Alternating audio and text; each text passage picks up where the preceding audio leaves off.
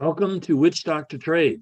Let's tell you a good idea today about what we can trade. You know what's not a good idea is cryptocurrency.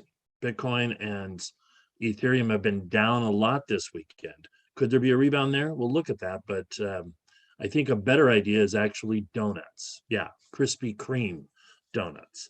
Their ticker symbol used to be KKD. If you're a stock trader, you think, oh, but no, it's DNUT nowadays. So we're going to have a look at that. And are Apple and Microsoft good trades? They're going to be, but they're not yet.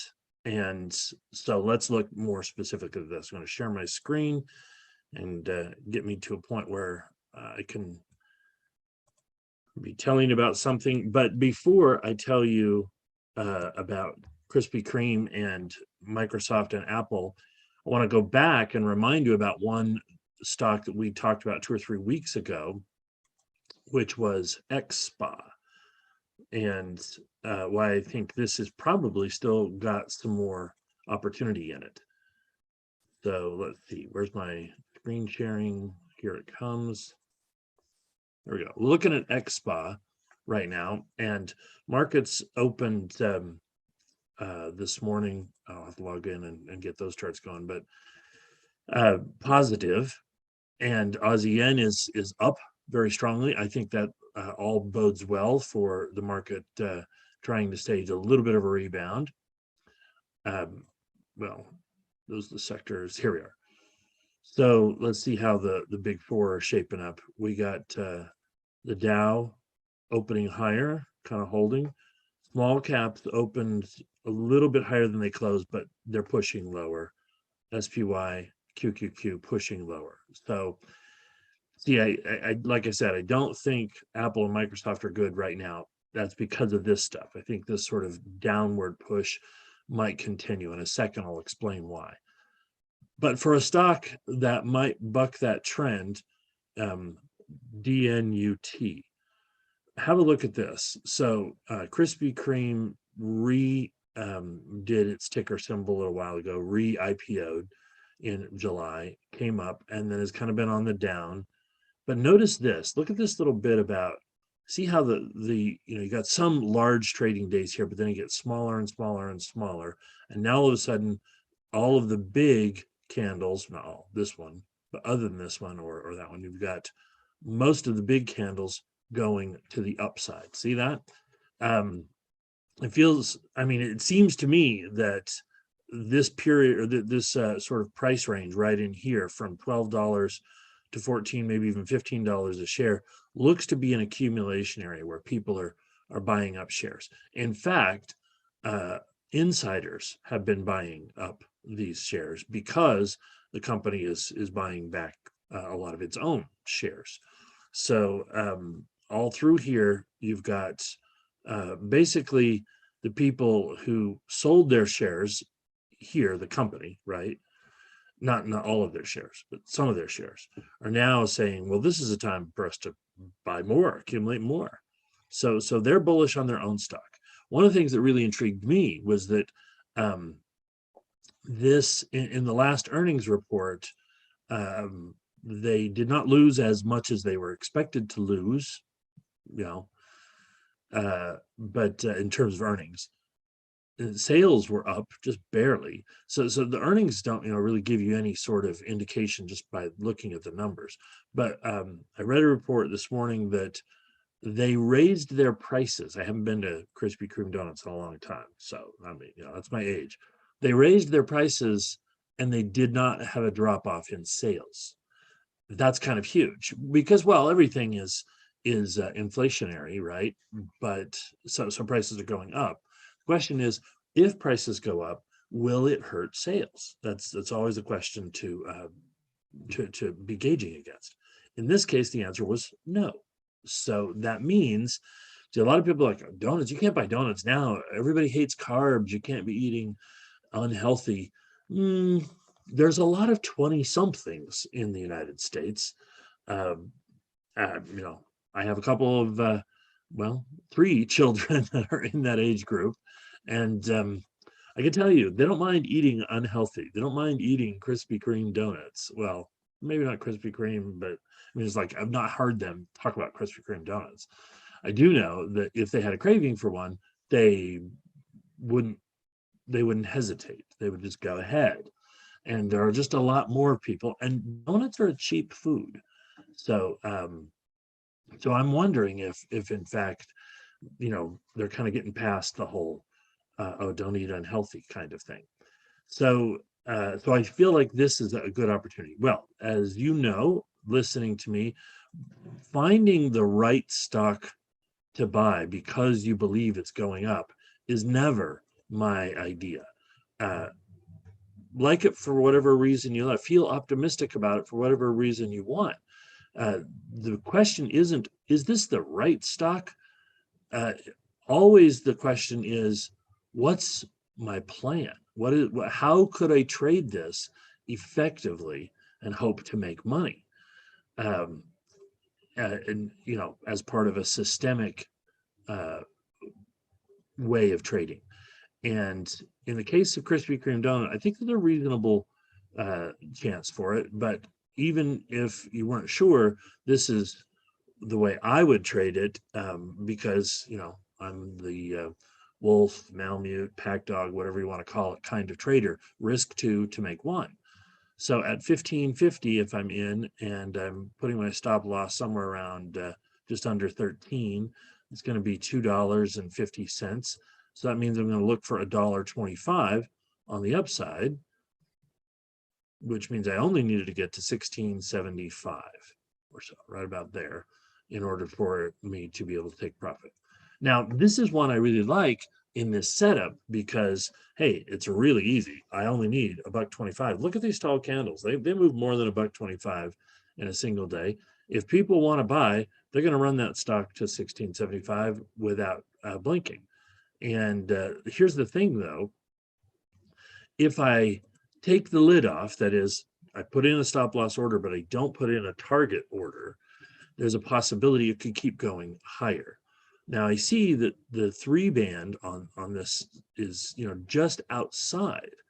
And in fact, if it got up and hit that 3 band, the first day it hits the 3 band, that has a statistical advantage. That statistical advantage is that on a greater than average setup, it will go higher 20 days later. It does not guaranteed to, it's just it's the more statistically stronger than random possibility that it's going to go higher. It will outperform the market. So, so I like this as a setup. And before I mentioned XSPA, so it's down quite a bit so far this morning.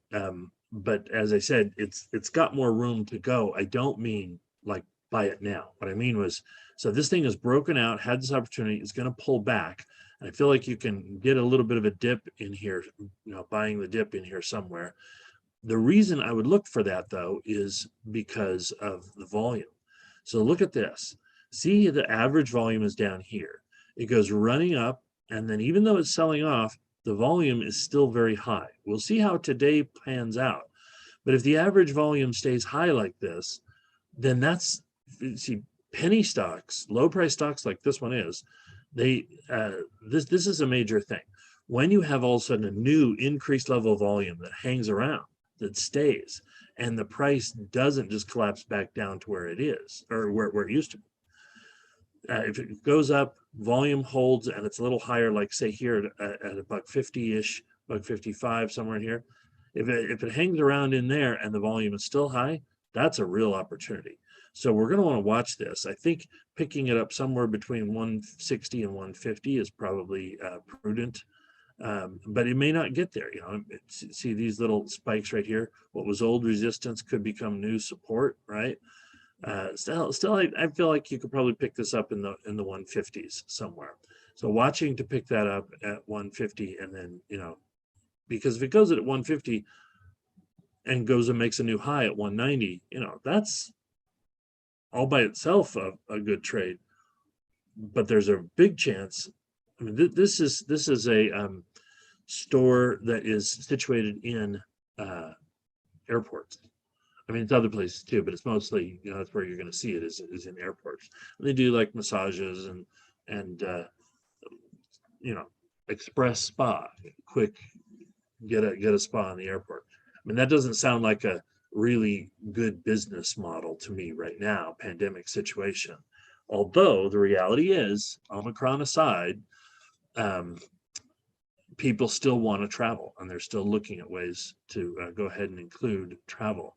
And this company could still fail. I mean, priced at a buck 50, it's people expect it to fail. More chances that it will fail than succeed. However, all it needs is a tiny little bit of rumor of hint that maybe it's going to see that maybe it's not going to fail, right? Then you can get a move. It's $1.40 stock. If people thought this stock was going, this company were going to survive, it would be a $5, $6, $7, $8, $9, $10 stock. This is the day when stock prices are high, right? It's at $1 because they don't think it's going to survive, and better than 9 out of 10 chance that it will be lower this time next year. That's what the pricing says all by itself. So if all of a sudden people change their mind that, oh, maybe the stock is going to survive, then you're going to see this stock double or triple in value from 150 to $3 or $4 or $5 over the course of the coming year. If the whole pandemic thing doesn't curtail travel so much, this is a stock to keep an eye on. Another stock for the same reason would be all of the, not just one stock, but multiple stocks, the cruise lines, in particular CCL, Carnival Cruise, and Royal Caribbean, RCL. These are, I mean, you really want to keep an eye on these, because if in fact these start not going down, they stop going down and show a little bit of support and turnaround, then those are really interesting buys. And see, we've had this big downturn. This is Omicron, okay? And look at where this thing is. See, this is sort of maybe finding some support. This is almost the market's way of saying Omicron is over, okay? So no, it doesn't mean that the Omicron variant has run its course, and that doesn't mean you're not going to hear a lot of headlines about it. What the market does is it responds. It doesn't try to predict actual pandemic cases and outcomes and so forth. The market responds to whether or not we can live with the Omicron variant or any pandemic, any COVID variant out there causing economic problems. So is it going to impact the travel industry? Is it going to impact our normal commerce? Is it going to impact e-commerce? All of that stuff, right? If the Omicron variant is going to be seriously bad, this company, Zoom Communications, is something that should get back up into the 300s. Zoom just keeps going down because it got wildly overpriced in the pandemic, and it's slowly, people are slowly cutting it out. If the market is really afraid that we're going to go back into lockdown all around the world, then Peloton and Zoom are both the stocks that are going to do well. They're not. They continue to slide. So what does that tell me? That tells me I need to be looking at travel stocks and stocks that are going to benefit from the economy reopening. Either way, however, there's this stock. So in terms of a small stock, I would say, small and growth. Penny stock would be XSPA. Small and growth would be Krispy Kreme donut, DNUT. But big stock here, this one. Now, I'm going to come back to this, but we'll talk about it in more in depth, why I think it's a good idea. Here, let's check out the regular market. We've got a little bit of a rebound being staged here. That's interesting. But notice that the Dow is actually positive already, right? So, and let's see, it's 7:45. Before I get going too far, I want to also, let's see, I'll just use the 5. Look at a comparison between Aussie yen and the NASDAQ.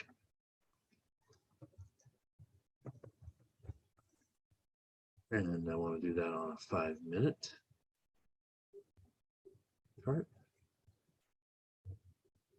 And then we'll go here with the NASDAQ futures.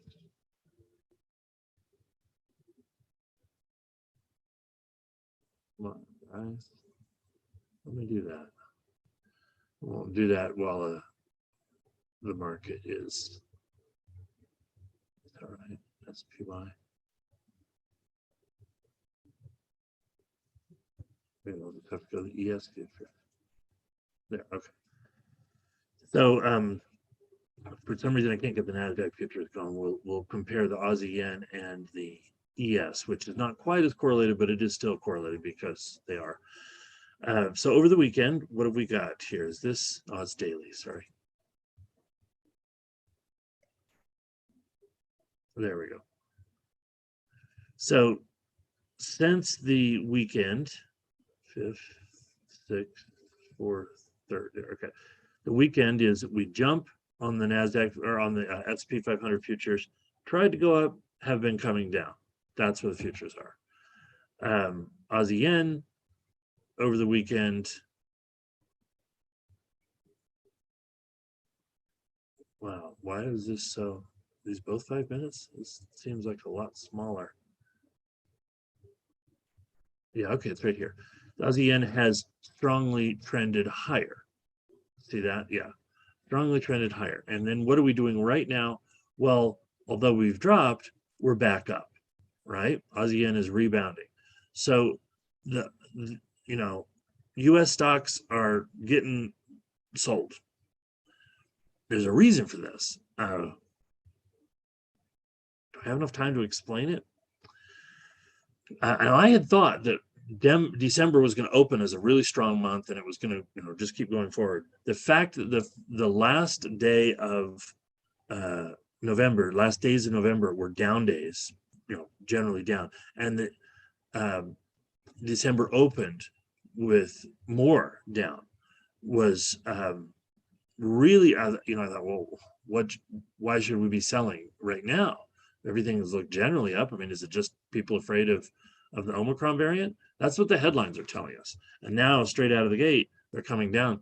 But again, I've already kind of debunked that. It's like, if this is the problem, if this is what's driving stuff further down, then why aren't the cruise lines just tanking? Why aren't they? Why are they looking like they're kind of holding on? Okay, so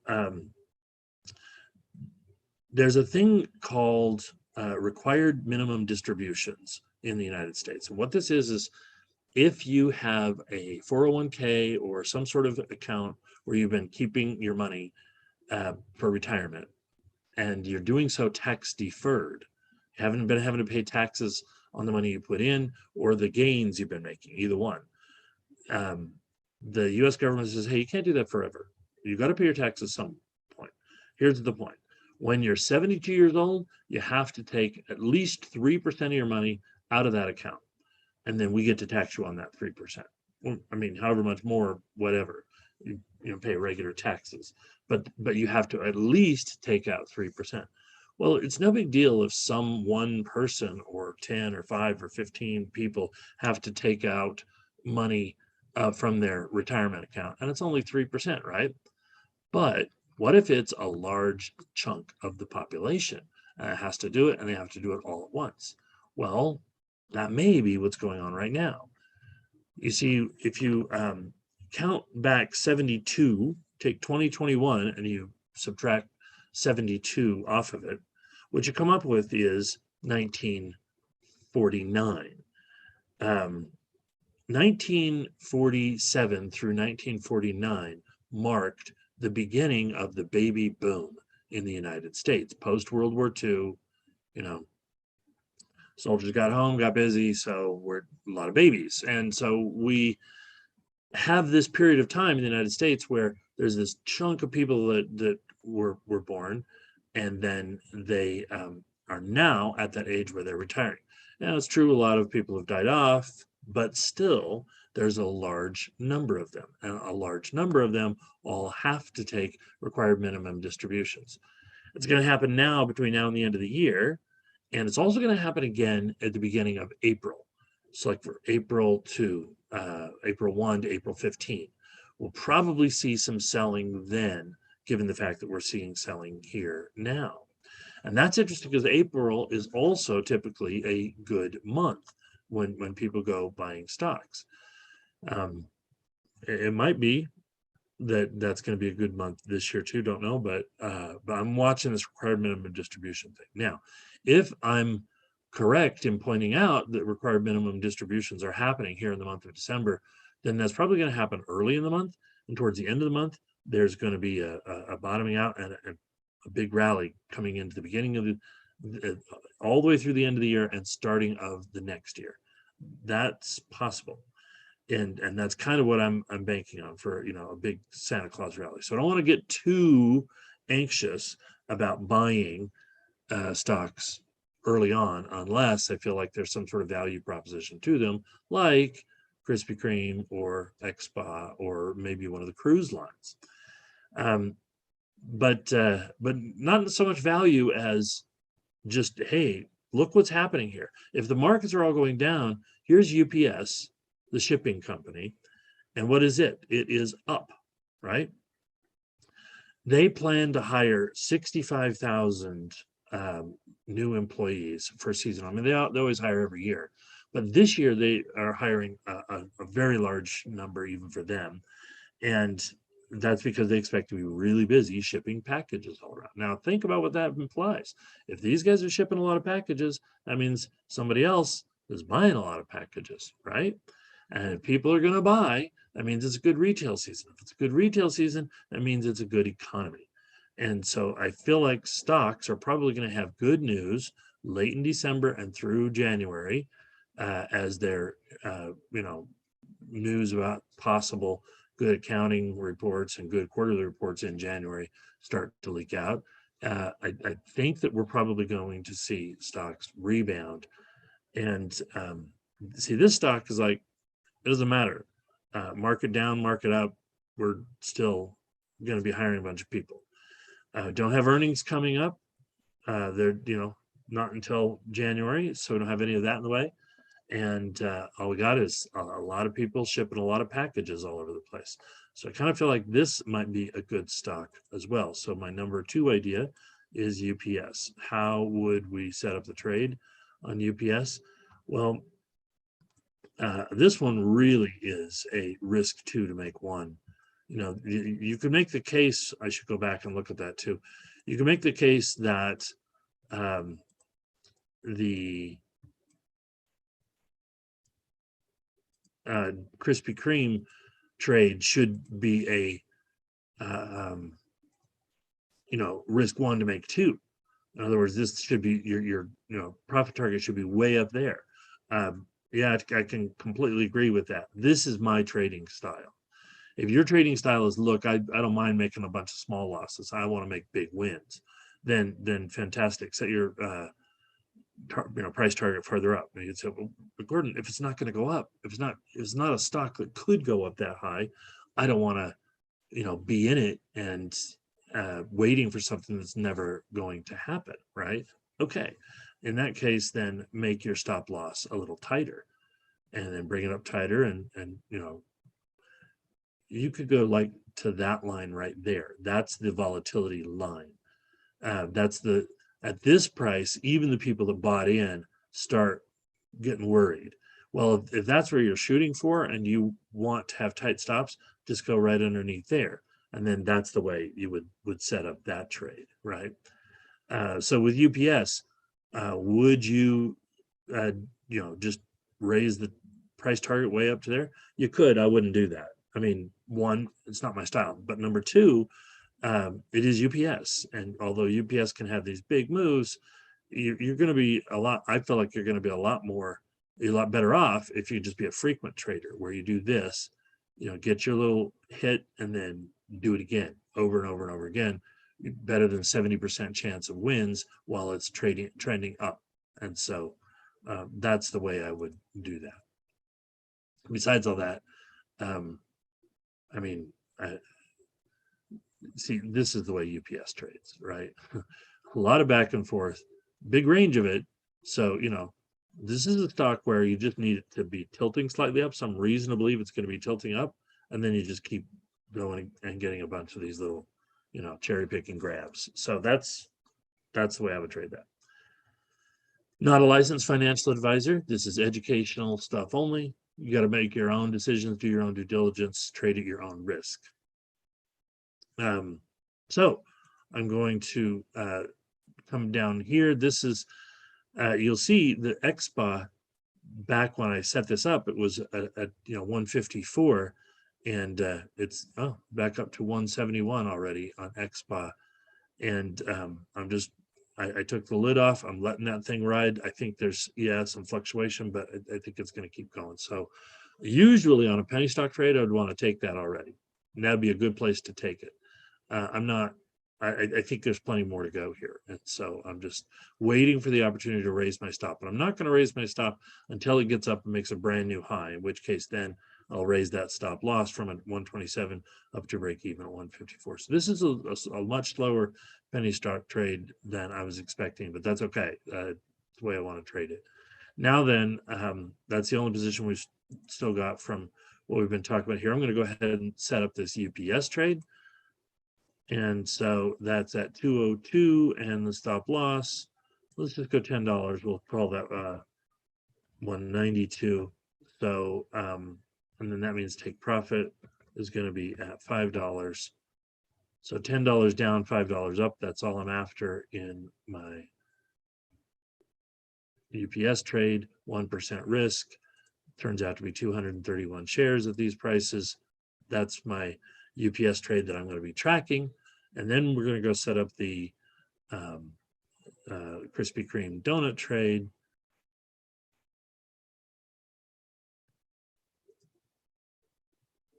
And we're going to set that one up based on what I had said before, my style. But I'm not going to I'm going to put this on the chart, but I'm not going to put this in here. I'm only going to do a stop loss. So where it is right now, 1571 something or other. Okay, great. And then we'll go 12, just under $13. So we're going to call that let's call $3. Yeah, we'll set it to 12.79. That's a little bit lower than we need to, but I'm going to keep that at round numbers for tracking purposes here. And then we have 1% of the risk, and that's going to be 700 and some shares for a $230,000 account. Move the decimal point on sizes if you're trying to imagine working with a different size account. And so those are the three positions that we'll be tracking through the week to next week. XSPA, which we're carrying over, UPS brand new, and Krispy Kreme. The history of where we were before, there was this TMST trade that I recommended, and RGS and NVIDIA. These were all back late late November trades. They all missed. This one here is the Apple trade, which took profit and is done, but I think Apple is worth looking at again. And then Schlumberger turned out to be a miss as well. So that's just the tracking where things have gone. But oh yes, Microsoft. Let me run over and look at Microsoft. Microsoft a good trade yet? Not yet, but I think it will be. Same kind of thing. It's the rest of the market. As it comes down, it's probably right in here that Microsoft is going to find a base somewhere between 310 and 315. That's probably a good level at which, this is a lot of selling for Microsoft. This is institutional guys saying, we've had a great year, man. We're taking our profits on Microsoft. But there's nothing fundamentally wrong with the company. It's going to continue to make money. And so the question is, at what point do people decide to start buying in again? My guess, well, I mean, you never know, right? My guess is that somewhere in that range, or sorry, somewhere in this range, is a good place to take a shot. If you're wrong, great, you get out and then you wait for it to get down to here or wherever it goes. But I think that as long as as long as Apple is strong, Microsoft has a hard time staying weak. Apple, as you see, looks fantastic. So it probably will be the case that Microsoft's going to play a little catch up and get there. But with that, I'm going to leave these ideas that we're going to come back in the next couple of weeks and look for places to take trades on Apple and Microsoft. For now, it's just those three. Until next week, take care and trade well.